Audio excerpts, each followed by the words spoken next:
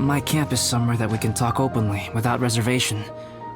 But before that...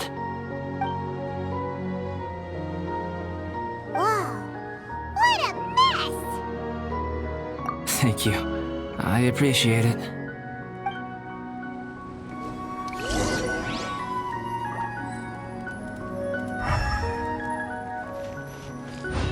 I've been absorbed in my research lately and haven't attended to the dusting. It's due for a cleaning.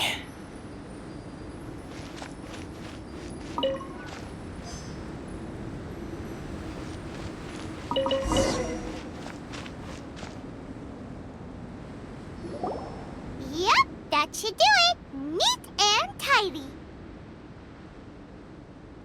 Thank you, both of you. Now that everything is in order, it's time to talk. You look really serious right now. Is this about what happened earlier? I remember I once told you that you must have questions, and that I would answer them.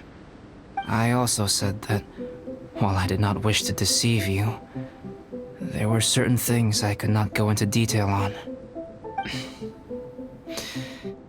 I am a synthetic human being. A human forged by human hand.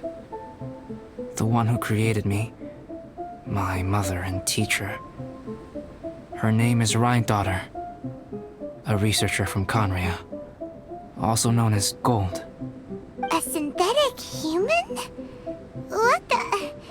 How the heck does that work? When the pinnacle of attainment in alchemy is combined with unimaginably vast learning, the apex achievement is the creation of human life. When you say Conria, do you mean... I am indeed somewhat older than my appearance might suggest. But when I came into being, Conria had already been destroyed. I have no memories of it. My master raised me and taught me everything. Like her, I am a pure alchemist.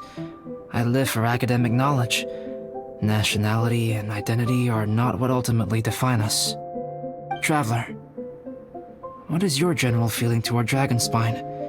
You've visited numerous times now.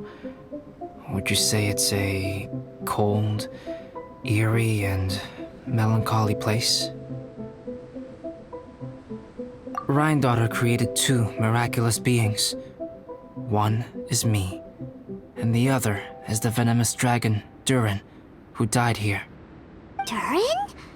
So that makes you guys... brothers? As sons of Rhine-daughter, Durin and I are indeed inextricably linked to one another. The phenomenon of our creation defies definition within the scope of a typical human worldview.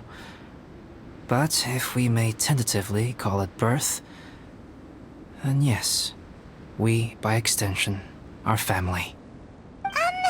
Speaking of Durin, Paimon remembers that his power was quite...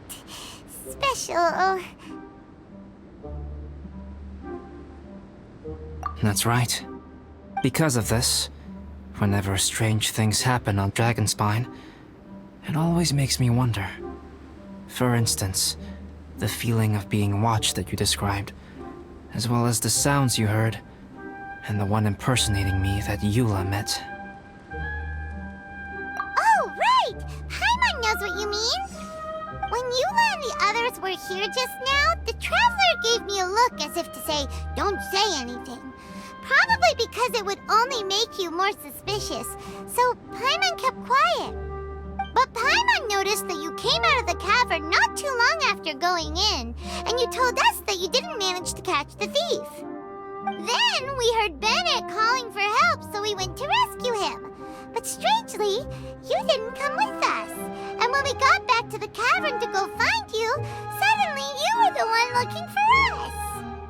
So, it seems that you met my imposter too. Well, if so, it was a pretty good impression. He had you down to a T. We never would have guessed. Also, after he left us, why did he go after Joel? Perhaps Durin's power drives people to madness. But that's merely crude conjecture. Whether someone is impersonating me or there is another false me out there, This is a cursed tale, and it is not one whose weight you should have to bear. Traveler, perhaps you should return to Mondstadt if you have no further business here. The work that lies ahead will occupy me completely. I'm afraid I will be unable to entertain you beyond this point. Yeah, we're Dragonspine veterans by now. If there's something really bad going on, we can't just leave you here to deal with it on your own. That wouldn't be very nice now, would it? Besides, there's no one else in Mondstadt that you can talk to about this. Sucrose and Timaeus don't know your secret. Yeah, don't push us away at a time like this. All right. Thank you. You were intending to participate in that winter camp, if I recall correctly. That could serve as an excellent pretext for you to remain on the mountain. In that case, please join in the activities of the Adventurers Guild as planned, and be on the lookout for any leads while you're at it. If anyone sees me, or someone like me... We'll be sure to pass the info straight on to you. Good. Then we're agreed. Okay, let's split up to look for clues, then meet back here at this camp in a few days' time. Sounds good to me. But please, whatever happens, put your safety first at all times.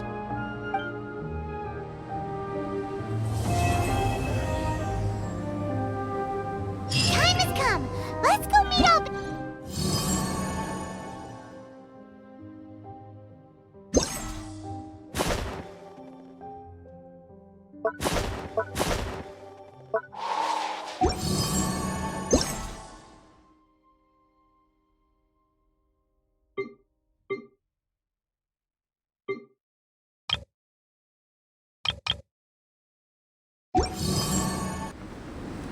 Albedo! We're here!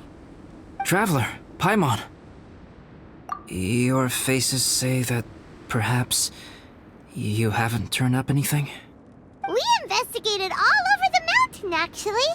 But we didn't see anyone that looked like you or hear of anyone else meeting you. This is not unexpected. I haven't made much progress either. He appears to know that we are looking for him, and has opted to lie low for the time being. Still, there is one thing I found.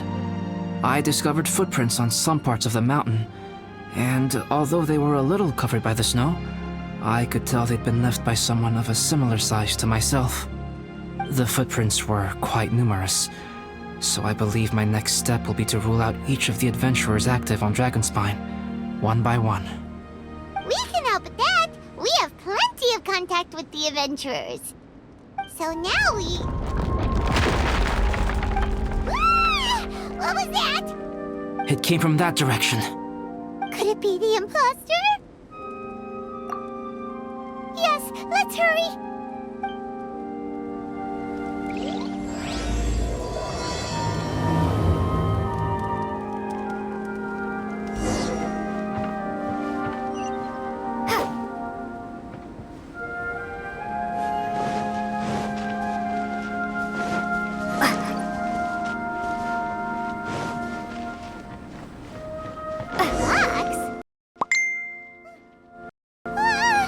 What are these boys also doing here?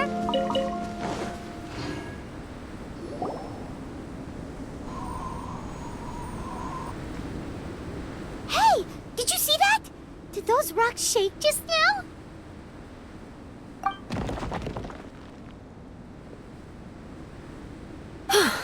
That was most unfortunate. What are you guys doing here?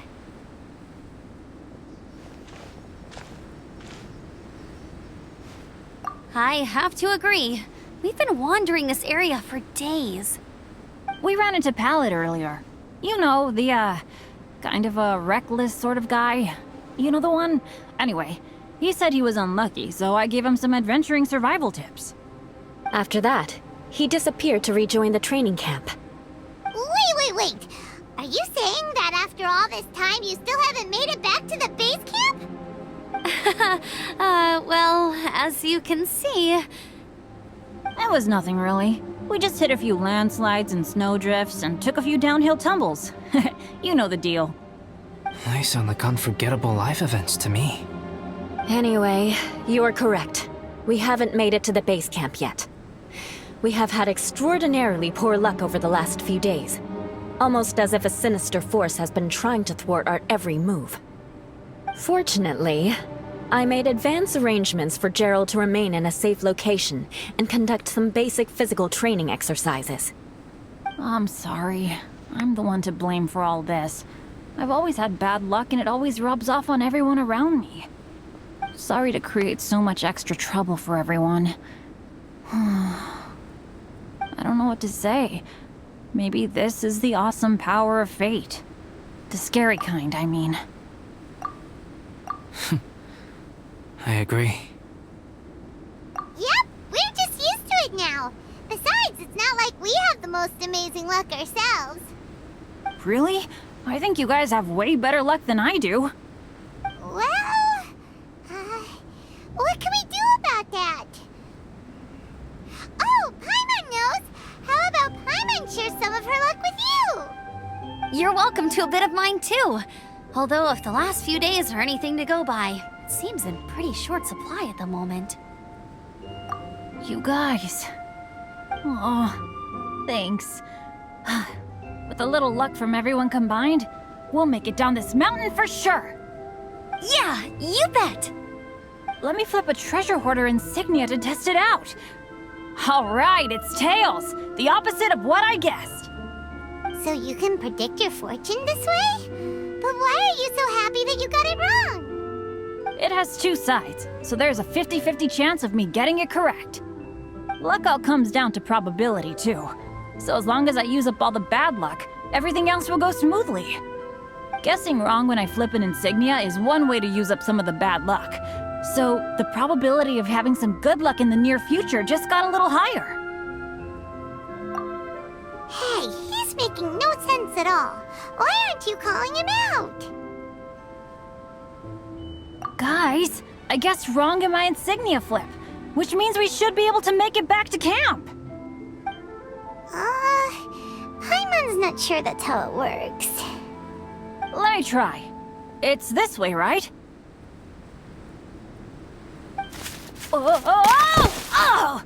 Ow! My butt! What is this shard of ice doing here? What? How truly miraculous. This is a miracle of misfortune. I don't usually believe in luck, but Bennett makes the best case for it I've ever seen. Amber, if you are ever required to partner with Bennett in your future work and you encounter anything like this again, do not take any rash action. Wait for me and I will come to support you. Huh? Yes, of course. Now that you mention it, I do feel a little tired. Trekking in the mountains has a way of wearing you out. Well, since everyone is tired, why not take a rest in my camp? Paimon's so sleepy. A nice bowl of hot soup and a good sleep would sure be welcome right now. Suddenly, I'm kinda sleepy too. Amber will fall asleep in the snow if we keep going much longer. Come on, let's move. We shall head to Albedo's camp and get some rest, take stock of our supplies, and decide how to get off this mountain.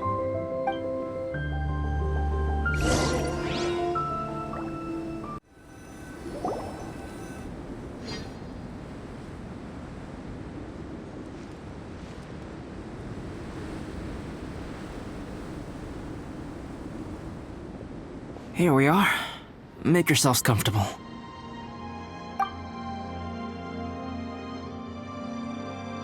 Oh, I forgot I don't have that many chairs. Please wait a moment. What's he doing? Painting? He is. He's painting a chair. Wait, alchemy can turn paintings into objects? How is this possible? My paintings are like blueprints. Alchemy simply enables me to omit the manufacturing part of the process. It's an elementary level technique. With enough research and experimentation, this same technique can even be used to create living beings. Whoa. Well, since you can magically produce chairs, can I have one with a backrest? No problem. How many of you want backrests? Me! Me! I'll also take one with a backrest, if you please. Can Paimon have a chair that comes with a juicer? Still beats squeezing onto a stool with you.